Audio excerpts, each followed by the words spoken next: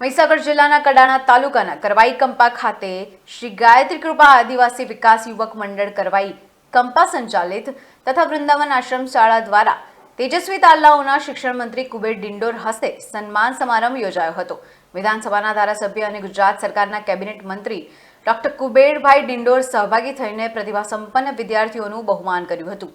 શિક્ષણ ક્ષેત્રમાં સમાજનું ગૌરવ વધારવા તેજસ્વી તારલાઓનું સ્કૂલ બેગ તેમજ બુક દ્વારા સન્માન કરાયું હતું। તેજસ્વી વિદ્યાર્થીઓએ અભ્યાસમાં ધ્યાન કેન્દ્રિત કરી ભવિષ્યમાં એક સારા અધિકારી બને અને સમાજની સેવા, દેશ સેવા અને આવી ભાવના કેળવે તેવી ભાવના પણ વ્યક્ત કરી હતી।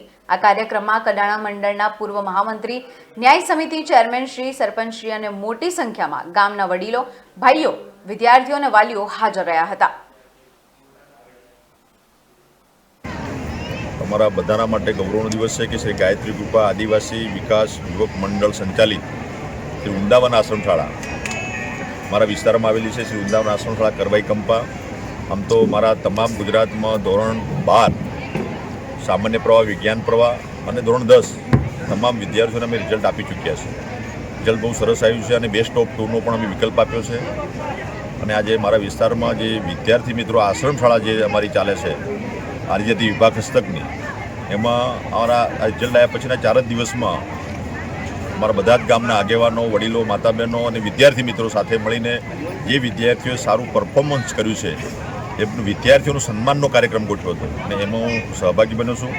મને કહેતા એ બાબતનો આનંદ છે કે આપણા આજે વૃંદાવન આશ્રમ શાળા કરવાઈ કંપા ધોરણ SSCમાં આપણું જે પરિણામ, જે કેન્દ્રમાં સૌથી વધુ પરિણામ આ આશ્રમ શાળાનું છે, એ અમારા માટે ગૌરવની બાબત છે।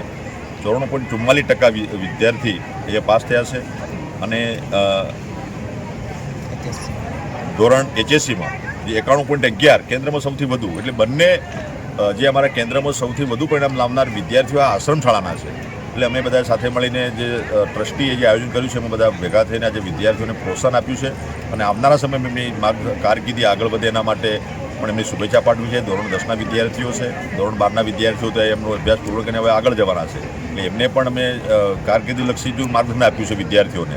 અને હવે જે એડમિશનો બધા થવાના છે, જે કંઈ આવનારા સમયમાં એ બધા કોઈ પણ ફેકલ્ટીમાં, કોઈ પણ કોર્સમાં, કોઈ પણ તમારે અભ્યાસક્રમમાં જવું હોય બધા જ ઓનલાઈન છે, પોર્ટલ પર છે, એટલે વિદ્યાર્થીઓ ગુમરાહ ના થાય। જે કંઈ એડમિશન લેવાના એ પોર્ટલ પર લે, ઓનલાઈન લે, એવી મારી બધા વિદ્યાર્થી મિત્રોને પણ નમ્ર અરજ છે। અને તમામ વિદ્યાર્થીઓ આ શાળાના, આશ્રમ શાળાના છે એમને તો શુભેચ્છા પાઠવું છું। હું ગુજરાતના તમામ વિદ્યાર્થીઓ જે સ્કોલર, જે મેરિટ લઈને આગળ વધ્યા છે એમને પણ મારી ઢેર સારી શુભકામનાઓ। ધન્યવાદ।